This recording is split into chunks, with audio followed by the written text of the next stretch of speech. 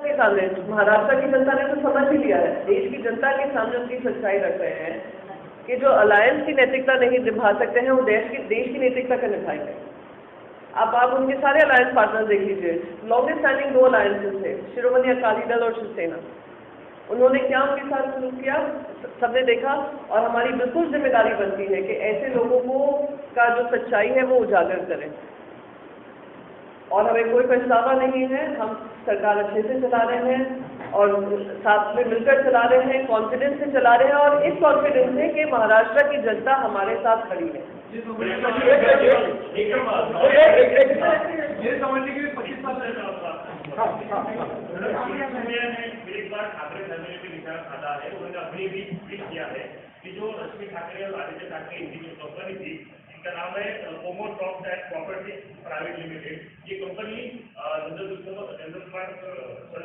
चतुर्वेदी और ऑस्ट्रेलियन एक व्यक्ति है, उनको बेची और उसमें 60 करोड़ का जो है वो मनी लॉन्ड्रिंग हुआ है, ऐसा उन्होंने अभी भी ट्वीट किया है। आपने कोई ट्वीट के माध्यम से कुछ भी आरोप लगा दें, कुछ भी कर दें, मैं उस पर टिप्पणी नहीं देना चाहूँगी। खास करके उस इंसान पे जो दिन रात उनका काम ही बन गया है कि आकर ट्विटर पे उल्टी कर दो, लिटरली उल्टी करने का काम करते रहते हैं, रायता फैलाते रहते हैं, फिर पोछना उन्हीं को पड़ता है।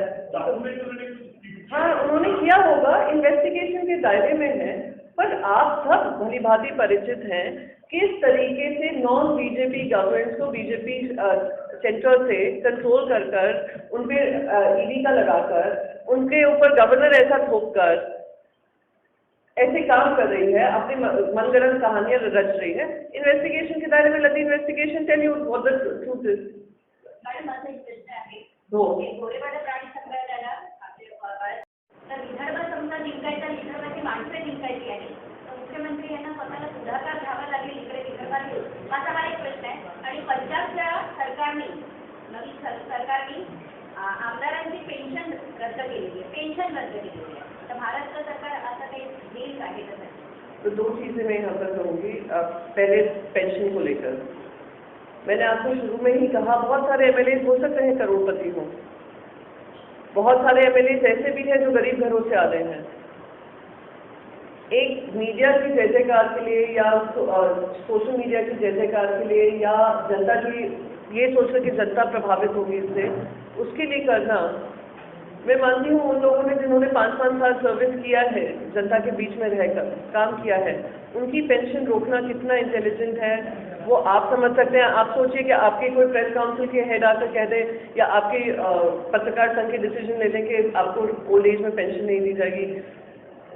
आप समझ सकते हैं कितना किसी के लिए दुखदायी हो सकता है ये पॉपुलिस्ट मेजर्स करना और दिखाना ना। सेकेंड, आपने जो सवाल पूछा सीएम सर के बारे में, मैं बस यही कहूँगी, आप सब परिचित हैं कि सीएम सर की एक सर्जरी भी हुई थी अभी, और उस सर्जरी के चलते चलते उनको डॉक्टर्स ने ही सलाह दी थी कि ज़्यादा ट्रैवल, क्योंकि नेक रिलेटेड सर्जरी थी, ज़्यादा ट्रैवल करना डिफिकल्ट होगा। पर किसी तरीके से सीएम सर के काम में विदर्भ को लेकर पॉलिसीज में कहीं कमी नहीं आई है। वो सोशल मीडिया के माध्यम से, वो जूम के माध्यम से, पिछले 2 साल में हम सभी जूम से ही कनेक्ट कर रहे थे। हमारा किसी का काम रुका था क्या?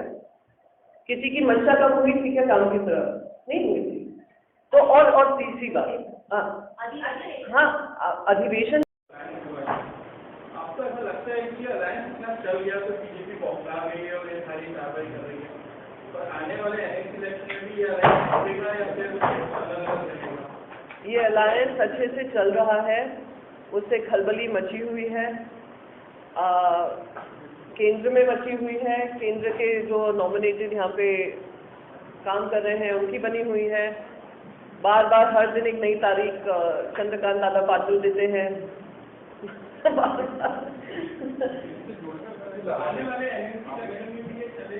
हमारा गठबंधन मजबूत है और हमारी सरकार चलेगी, और अब ये मेरे सीनियर लीडरशिप तय करेगा कि क्या आने वाली रणनीति होगी।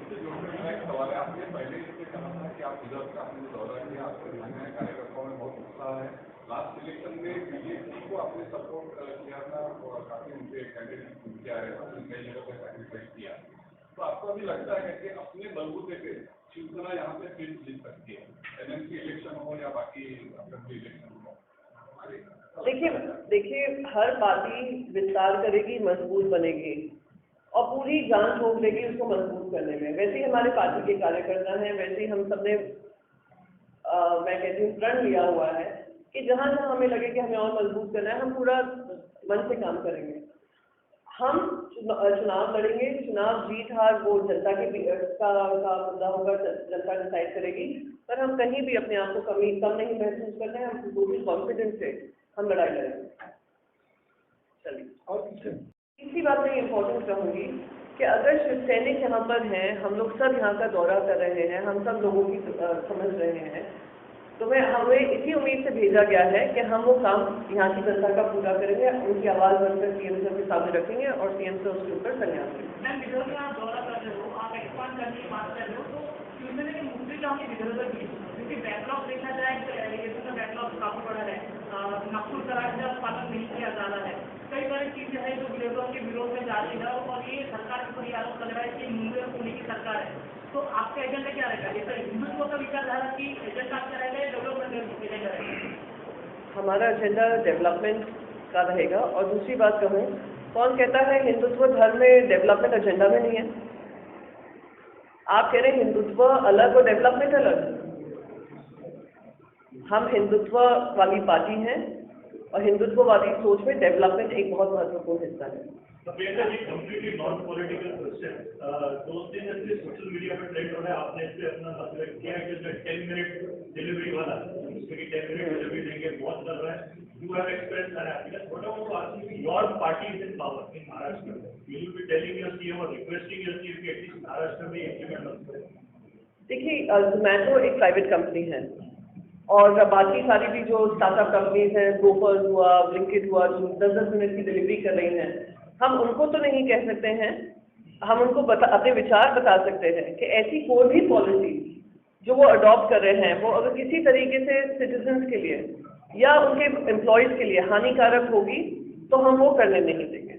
ये हम लोग हमेशा अगर शिवसेना एज ए पार्टी आप देखेंगे, हमने जो लेबर फोर्स है, लेबर यूनियंस हैं, हमने उनका हित रखा है। तो अगर कहीं भी उनका हित खत्म हो रहा होगा तो हम उसके खिलाफ लड़ाई करेंगे। उत्तर प्रदेश में